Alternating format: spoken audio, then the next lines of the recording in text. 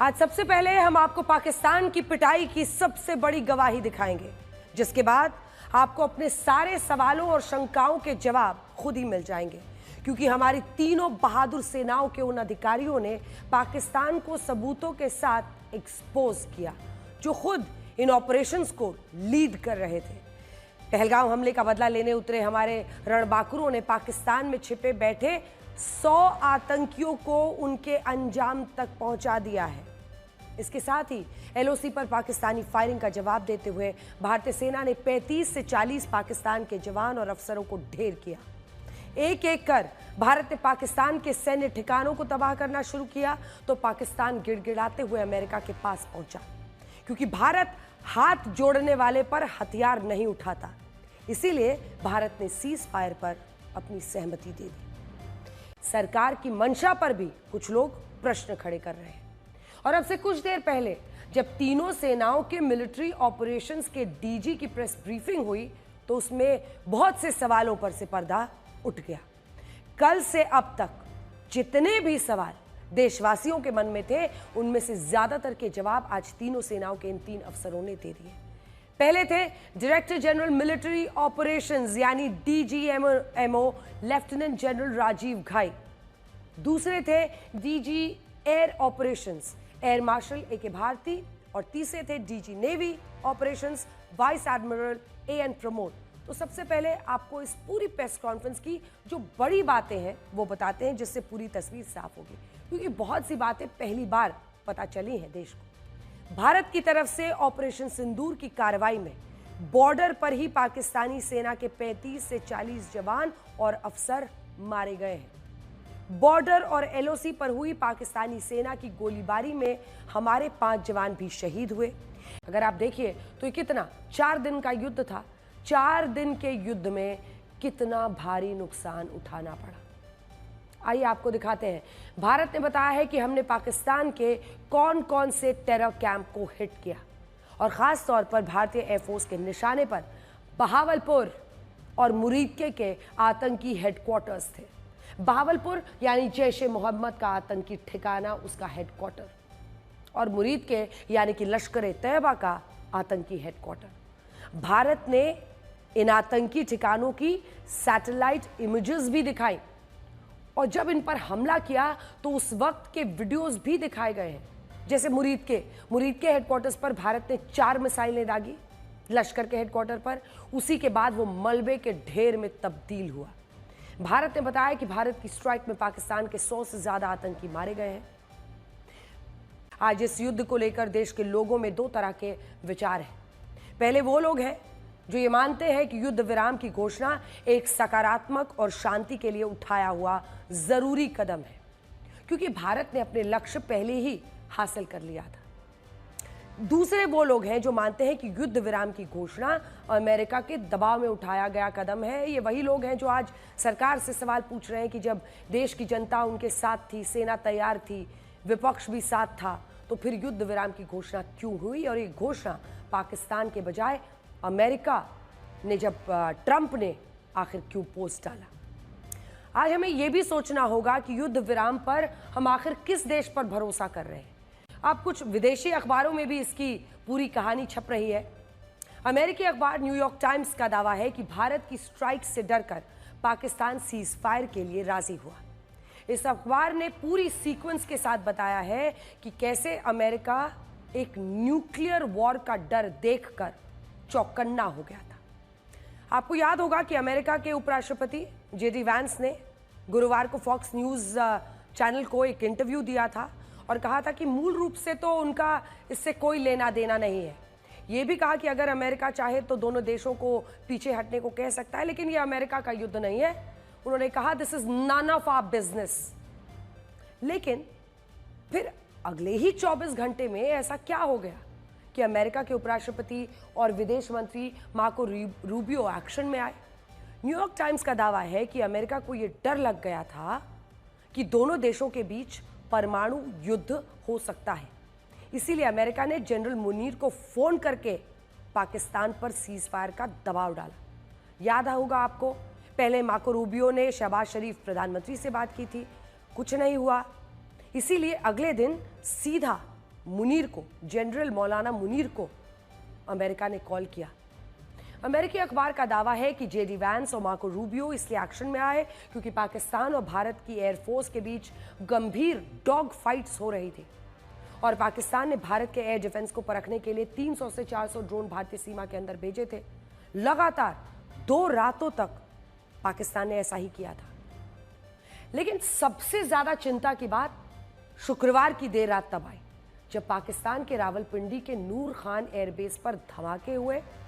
ये बिल्कुल इस्लामाबाद के पास है, 10 किलोमीटर की दूरी है और यहीं पर पाकिस्तान के हथियारों का डिपो भी है। अब आप समझ रहे होंगे, नूर खान एयरबेस पाकिस्तान की मिलिट्री का एक बहुत बड़ा ट्रांसपोर्ट हब भी है और यहीं से पाकिस्तानी फाइटर जेट्स में रिफ्यूलिंग होती है, फिर से ईंधन डाला जाता है और यहीं से बहुत थोड़ी दूरी पर पाकिस्तान की स्ट्रेटेजिक प्लान्स डिवीजन का हेडक्वार्टर भी है जो पाकिस्तान के परमाणु हथियारों की रखवाली करता है। ये ध्यान से सुनिए, यहीं से कुछ दूरी पर पाकिस्तान की स्ट्रेटेजिक प्लान्स डिवीजन का हेडक्वार्टर है जो पाकिस्तान के परमाणु हथियारों की रखवाली करता है। पाकिस्तान के अंदर यह डर था कि उसकी न्यूक्लियर कमांड अथॉरिटी खत्म हो सकती है। ये भी सवाल उठे कि नूर खान की मिसाइल स्ट्राइक को इंटरसेप्ट क्यों नहीं किया गया।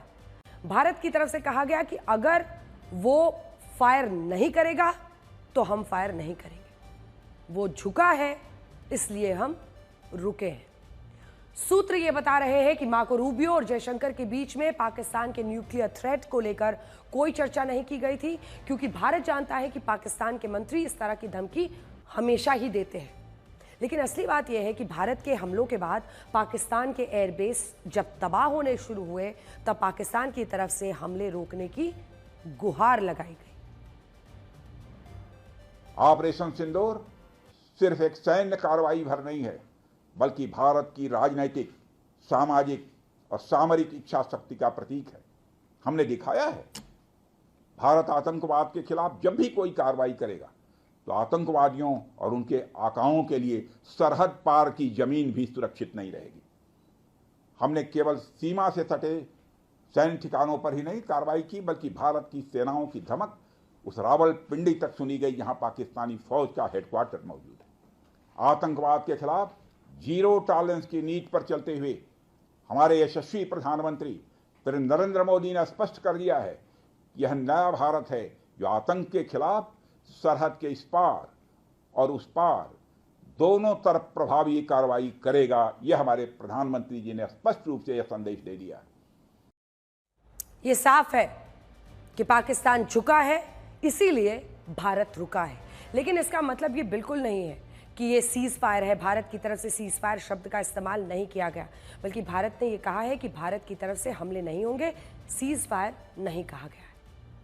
भारत की तरफ से कहा गया है कि ऑपरेशन सिंदूर अभी खत्म नहीं हुआ है, इसीलिए भारत ये कह रहा है कि अभी सिर्फ फायरिंग को रोकने पर सहमति बनी है। भारत ने अपनी नीति भी बदली है कि अब कोई आतंकी कार्रवाई एक्ट ऑफ वॉर मानी जाएगी। Any act of terror will be considered act of war. आतंकी हमला कहीं देश में हुआ तो हमला भारत करेगा पाकिस्तान पर। प्रधानमंत्री नरेंद्र मोदी ने कहा था कि मिट्टी में मिला देंगे। भारतीय मिलिट्री ने यही ऑब्जेक्टिव हासिल किया। मोदी ने कहा था कि घुसकर मारेंगे। भारतीय ड्रोन और मिसाइलों ने पाकिस्तान में घुसकर ही मारा। अब प्रधानमंत्री नरेंद्र मोदी ने आगे कह दिया है कि अगर वहां से गोली चलेगी तो भारत की तरफ से गोला चलाया जाएगा और साथ ही भारत की तरफ से यह भी साफ कर दिया गया है कि अगर पाकिस्तान से अब कोई बात होगी तो वो पीओके को वापस लौटाने की बात होगी, आतंकवादियों को भारत को सौंपने की बात होगी। आतंकवाद के प्रति प्रधानमंत्री जी ने घोषणा की है कि कोई भी आतंकी घटना अब युद्ध जैसा होगा। और याद करना, आतंकवाद को जब तक हम पूरी तरह कुचलेंगे नहीं तब तक समस्या का समाधान होगा भी नहीं। अब समय आ गया है जब इसको कुचलने के लिए हम सबको एक स्वर से प्रधानमंत्री मोदी जी के नेतृत्व में पूरे भारत को, पूरे उत्तर प्रदेश को मिलकर के इस अभियान के साथ जुटना होगा। आतंकवाद कुत्ते की पूंछ है जो कभी सीधी होने वाली नहीं, जो प्यार की भाषा मानने वाली नहीं है। उसको उसकी भाषा में जवाब देने के लिए तैयार होगा और इस दिशा में भारत ने ऑपरेशन सिंदूर के माध्यम से दुनिया को एक संदेश दे दिया है। अब ये पूरी तरह से साफ है कि पाकिस्तान के पास सरेंडर के अलावा कोई दूसरा रास्ता बचा नहीं था। लेकिन ये पाकिस्तान की बेशर्मी कहिए, वो अभी भी इसे अपनी जीत के तौर पर पेश करने की हिमाकत कर रहा है। पाकिस्तान की सरकार और सेना अपनी आवाम को अभी भी सच नहीं बता रही है। पाकिस्तान में जश्न चल रहा है, लेकिन वो ये नहीं जानते हैं कि सिर्फ एलओसी पर ही उनके 35 से 40 फौजी जवान और अफसर मारे गए हैं। भारत सरकार ने साफ किया है कि पाकिस्तान के फाइटर जेट्स को भी नुकसान हुआ है, उनके 11 सैन्य ठिकाने तबाह हुए हैं, 9 आतंकी कैंप्स बर्बाद हुए हैं। भारत की मिसाइलों की जद में उनकी आर्मी का रावलपिंडी का हेडक्वार्टर भी था। उनकी राजधानी इस्लामाबाद भी उनके एयर डिफेंस सिस्टम को भारत ने नेस्तनाबूद कर दिया। लेकिन पाकिस्तान के आर्मी चीफ आसिम मुनीर और उनकी बेशर्मी, इसकी कहानियां लिखी जाएंगी आने वाले वक्त में।